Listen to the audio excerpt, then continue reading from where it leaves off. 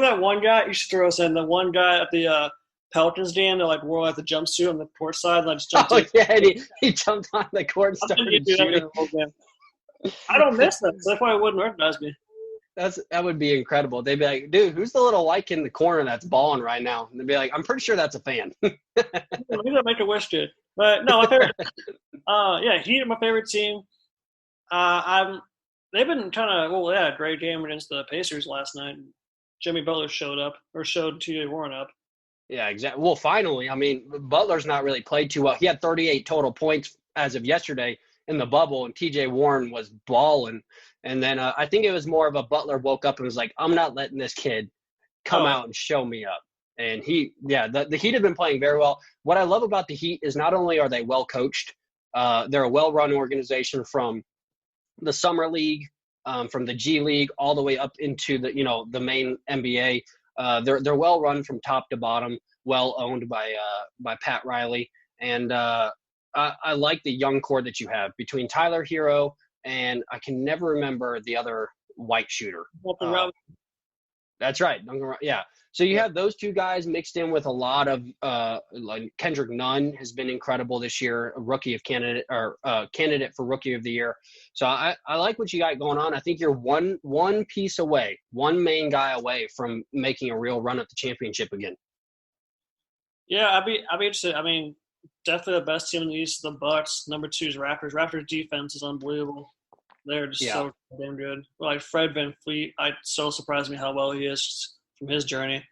I hate Pacers fans. I've always, if being from Indiana, I've always hated Pacers fans. They're so just arrogant. They always say every year is a year, and oh my god, I just loved it every year when LeBron would just get the Pacers out of the playoffs. It was. We have Paul George, we have David West. This is the year LeBron, the rest. We lost to that. Shut up. You guys will never be good. With Larry Bird, you guys will never win a championship. I met a couple Pacers fans after oh goodness, what game did I go see? I went and saw a game, and it was the Pacers versus somebody. And of course, I've never liked the Pacers. Being a LeBron guy, I always had to go against the Pacers, and I can attest to that. And I'm actually, from Indiana, Valparaiso, and my dad was born and raised in Gary, so I can attest. Even being from that area, I am not a Pacers guy at all. I can't stand the people, can't stand the team. Larry Bird looks disinterested. From top to bottom, I'm done. Larry Bird's a slug, man. So I would hate to play for him. Apparently, he's the reason why Paul George left, but who knows? Paul George has a big head, too.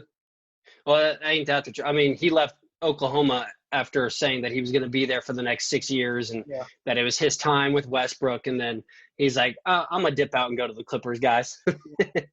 Yes. So there's been a couple surprising players in the bubble. And they've also released today that they're going to give out like an NBA bubble MVP for offense and all that. So I'm going to give you a couple candidates here, and I want you to give me your NBA bubble MVP.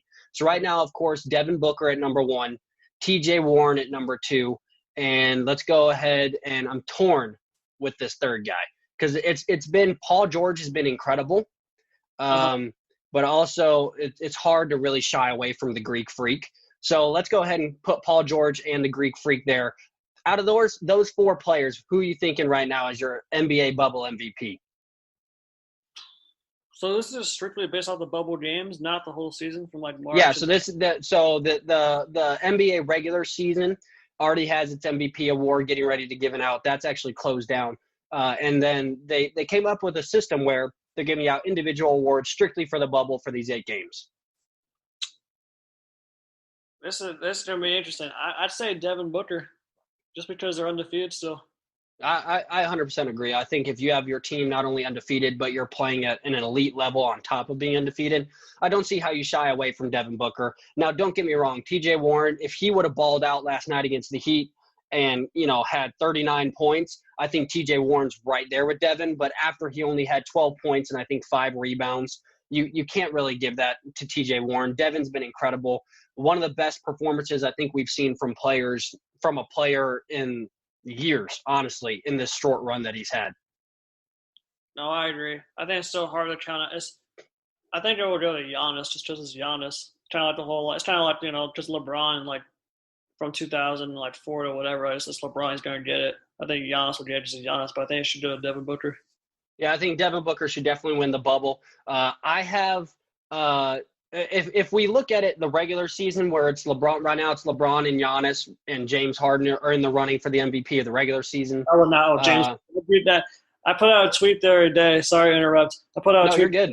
He was like, of course I bet on the Rockets, so they lost, and James Harden's playing terrible. So I was like, Disney World needs to build a strip club ASAP. James not playing like himself. Well, I mean, I agree with you. James Harden, to me, although he's had an incredible performance in the bubble so far, I can't put him in my MVP conversation. He's always way too up and down. Yeah. And right now, honestly, if you look at the story, LeBron should definitely win it strictly because year 17, he's still averaging career highs. He's led the Lakers to a number 1 seed. We more so in today's society look at the immediate impact of a Giannis and the performances of 35 points a game, 39 points a game, not playing a fourth quarter. So it's going to be between Giannis and LeBron is really what it comes down to. I think Giannis at the end of the day will edge out LeBron strictly because the people that vote for this focus more on the immediate. Like when LeBron was in Miami, they focused on the immediate LeBron, not necessarily what else was going on in the league. I think that's why Giannis is going to take it this year. My defensive player of the year between Rudy Gobert and Anthony Davis, I have to go with Anthony Davis on this one.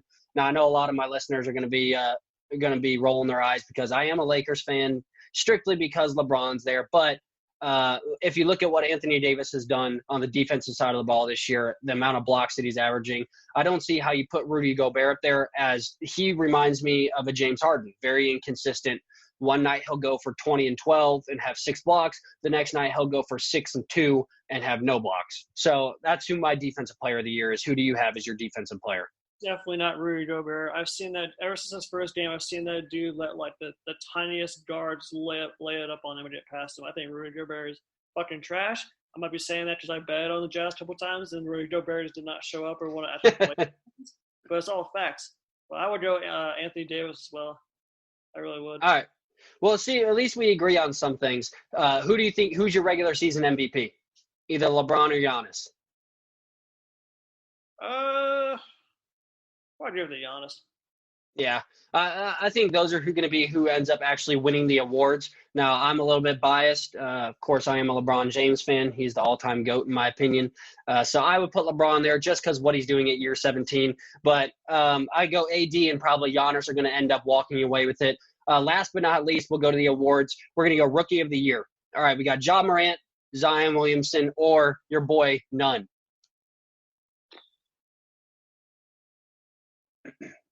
So what? Wait, okay. It's probably going to go to Zion, but I think based off of the fact that Zion's played 10 games his whole life, it should be Morant. I agree. Yeah. I mean, Zion right now is doing what Kawhi Leonard's doing. He's low managing half the season, coming in and balling out for a couple games, and then everybody says he should be the MVP. Yeah. That's always been my argument against Kawhi Leonard is Kawhi Leonard shows up for 10 games and then goes, all right, I deserve to be the MVP. I'm going to go sit out 15 games now. Yeah. Zion being in and out of the lineup all year. Ja Morant's been consistent. I think Ja Morant definitely should walk away with this award. Ja Morant was my favorite player coming out of this draft. He's explosive. He's exciting.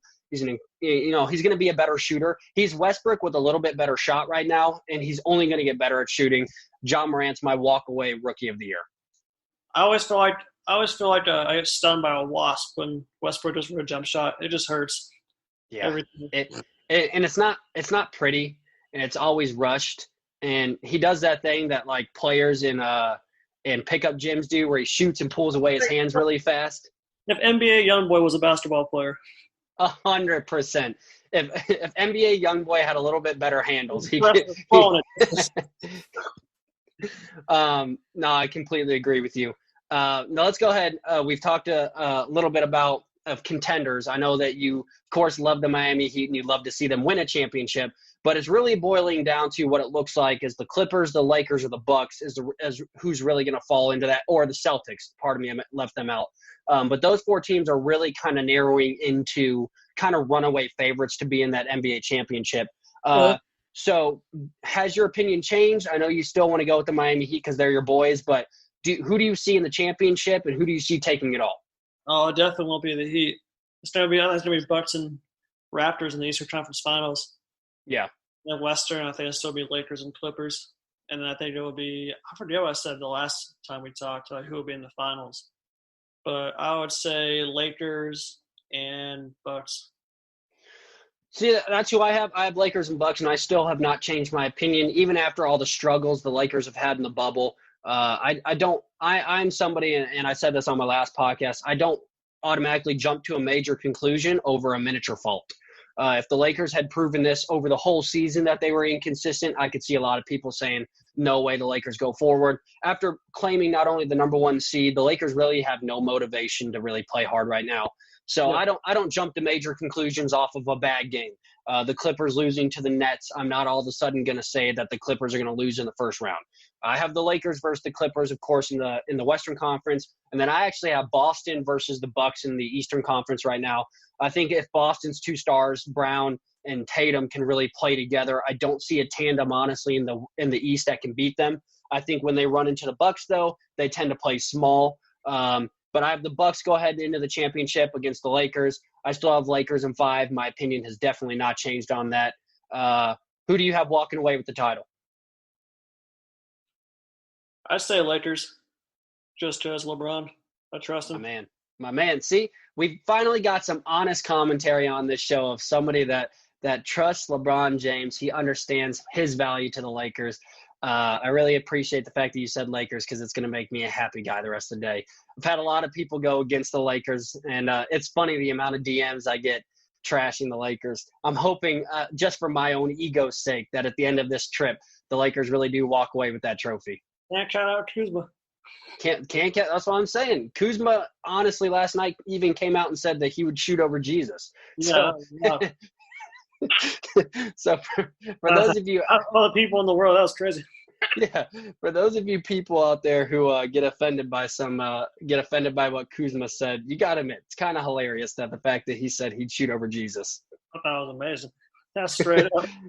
That's the J.R. Smith type shit. That is 100%. That is exactly what it reminds. Well, I don't know if it's J.R. Smith. Your boy is back in the NBA.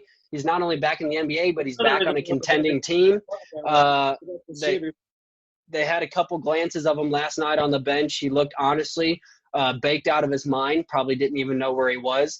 Gotta love him. I can't look at J.R. Smith without thinking of you now. And I was watching Joey Ingles ball out the other night, and my two guys in the bubble balling out, I can't. I love it. Oh, I love it too. The Lakers are so fun to watch because it feels like half of them don't give a crap, and then half of them are actually it feels like half of them are like the J.R. Smith mentality or like the JaVale McGee mentality, and then you got AD and LeBron are just literally just carrying the team by themselves. No, 100%. You have Dion Waiters. Anytime you have Dion Waiters and J.R. Smith and JaVale McGee on the exact same team, you're in not only for a fun year, but you're in for the craziest year of your entire life as well. I would love to see what the bubble is like with those three guys. Oh my God, it's kind of like Space Jam almost. All these Looney Tunes. You got like Jordan's LeBron, and then AD can be Bugs Bunny down there. But I like that. That's a very good analogy. So I let the viewers know on Instagram earlier today that we had a very fun segment planned. I was very excited when we discussed this. This is something that just kind of came to me, and we're going to give out our top 5 sports movies of all time. Now, for those of you who think that it has to be, we are doing our top 5. It's not necessarily what the overall arcing top 5 probably should be. It's not necessarily what your dad says. It's our top 5, our take on what we think the best sports movies in our opinions are. We're going to go back and forth. I want you to give me, we'll start at your last one, and then we'll move all the way up to number 1, if that sounds good with you. So okay. I'll let you go ahead and start. What is your 5th favorite sports movie of all time? All right, 5th one, Longest Yard. Oh, that's such a good one. Oh, man. That's number 5. I completely forgot about that one. My 5th one, I put Happy Gilmore. It's a movie I grew up on. I got it, but I didn't put that on my list. Wow. That's what I'm saying. It's one of those things. Once you started thinking about it, there's a lot of great movies that you don't remember. Happy Gilmore was one of the first PG-13 movies that my brother and I ever watched. To this day,